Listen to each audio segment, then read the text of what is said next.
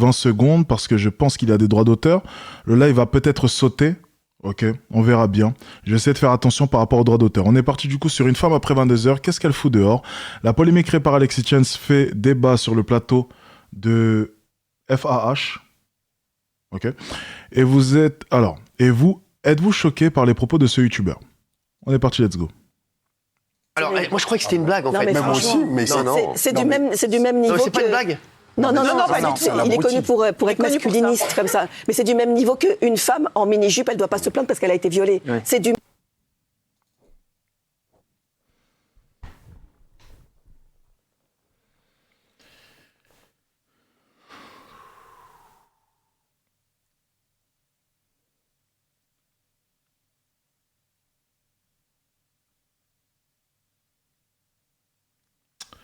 Ça commence très fort. Ça commence très très fort. Du même niveau, c'est catastrophique. Et d'ailleurs, moi, je voudrais juste féliciter toutes les femmes qui lui ont répondu sur TikTok de façon très drôle. Elles se sont toutes mises en scène après 22 heures en se filmant au restaurant, au cinéma, dans la rue, entre copines, au café, au théâtre, pour lui répondre de façon plutôt élégante et drôle.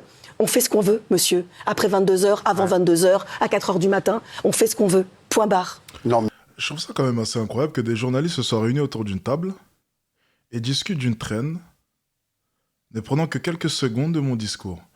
On est censé quand même techniquement avoir affaire à une table remplie de journalistes, n'est-ce pas? Avec peut-être quelques intervenants. Je ne me trompe pas.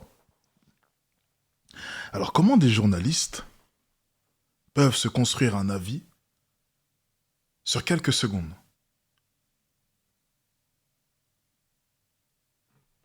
J'arrive pas à comprendre, sincèrement. J'arrive pas. Mais moi, je suis scandalisé quand j'entends ça.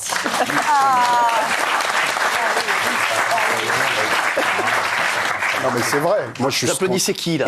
Valérie. J'ai eu un écart de... Elle a dit un truc trop joli. Elle a juste repris des phrases de TikTok, hein.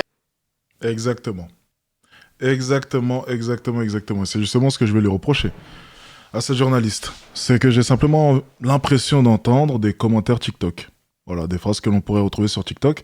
Et je pense sincèrement, enfin du moins je pensais plutôt auparavant, qu'un journaliste c'était quand même assez différent. C'était en mesure de pouvoir aller rechercher l'information, comprendre les propos, du moins essayer de comprendre les propos. J'ai pas réellement l'impression qu'il y ait eu un souhait de vouloir comprendre quoi que ce soit. Ok, je pense simplement qu'elle est partie sur une vidéo sur TikTok, elle a arpenté vite fait le sujet, elle s'est fait un avis sur les quelques secondes comme 99% des gens présents sur cette application. Et du coup, on a une journaliste qui ressemble à n'importe quelle petite gonzesse de 15, 16, 17 ans qui s'est fait un avis sur 10 secondes d'un contenu de 2 heures. Voilà, c'est aussi simple que cela. Donc félicitations, la journaliste. Mais excusez-la, voilà, on aime beaucoup, oui, qu'est-ce qu'il veut? Non mais, bonsoir. Non mais franchement, c'est honteux. C'est honteux qu'à notre époque, on ait des gens comme ça qui prennent la parole sur les réseaux, qui soient suivis. Non mais il doit être poursuivi, ce mec. Mais non, il doit pas être poursuivi. Mais bien sûr qu'il doit être poursuivi. Je suis désolé. Excuse-moi, tu peux pas, avec tout ce qui se passe aujourd'hui, avec toute la libération de la parole, tout le monde se bat pour qu'il y ait l'égalité et l'équité. D'accord. Et on se retrouve... Lorsque je vois ce mec, je me dis, tiens, même pas une minute en débat avec moi. Je sens que je vais l'énerver tout de suite. Ça va être tellement facile. Bon, on est sur un PNJ là actuellement. Bon, lui, j'ai simplement l'impression qu'il est assis là, on sait pas trop pourquoi. Ils se font pas très bien dans le décor. Hein. C'est pas une question de couleur de peau, attention, ne m'attaquez pas. On va pas en plus de ça me coller l'étiquette du raciste. Non, il a l'air plus con que les autres, je sais pas pourquoi. Et puis bon, j'ai l'impression que lui, il joue un peu le rôle du perroquet. Il est venu ici pour dire n'importe quoi. Et en plus de ça, apparemment, il faudrait m'attaquer en justice. Bon. On est vraiment sur un cas typique d'un mec qui ne pourrait même pas tenir quelques secondes en débat avec moi. Bon. Au passage, s'il regarde cette vidéo, il veut faire un débat avec moi, venir à la maison, je l'invite avec plaisir.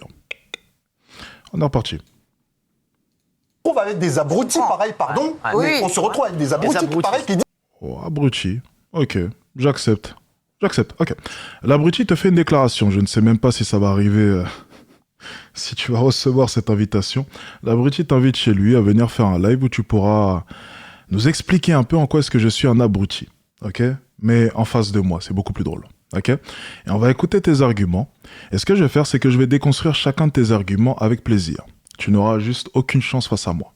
Et l'abruti va te prouver une chose, c'est à quel point est-ce que tu es con. Tu es con parce que tu n'es pas informé. Tu es con parce que tu es dans la désinformation. Tu es con parce que tu ne travailles pas ton sujet. Tu es con parce que tu oses affronter le roi du Nord. Mauvaise idée. Disent qu'une femme ne doit pas sortir après 22 heures. Enfin, il dit que on est où là? le monde est trop dangereux pour qu'une femme puisse sortir à 22 heures. Non, il a dit... Oui! Attendez. Une personne intelligente sur ce plateau. Incroyable. Attendez. Ah si, non, il a dit...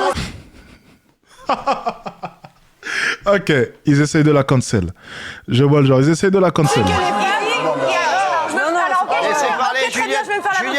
Je vais me faire l'avocat du diable. Pourtant, je suis pas du tout d'accord avec lui. Et justement, moi, ce que je revendique, c'est un monde où une femme puisse sortir après 22 heures. Il dit... Et je le revendique aussi au passage. Juste au cas où. Si on m'écoutait parler jusqu'au bout. Voilà, c'est juste au cas où. Si elle regarde cette vidéo, je l'ai dit, hein, ne t'inquiète pas. Même. Que dans le monde, aujourd'hui, on fantasme un monde qui n'est pas réel, ou un monde où le monde est trop dangereux, notre pays est trop dangereux pour une femme pour sortir à partir de 22 heures. Pour moi, c'est la même logique de dire on est en alerte attentat, donc faut pas aller en terrasse.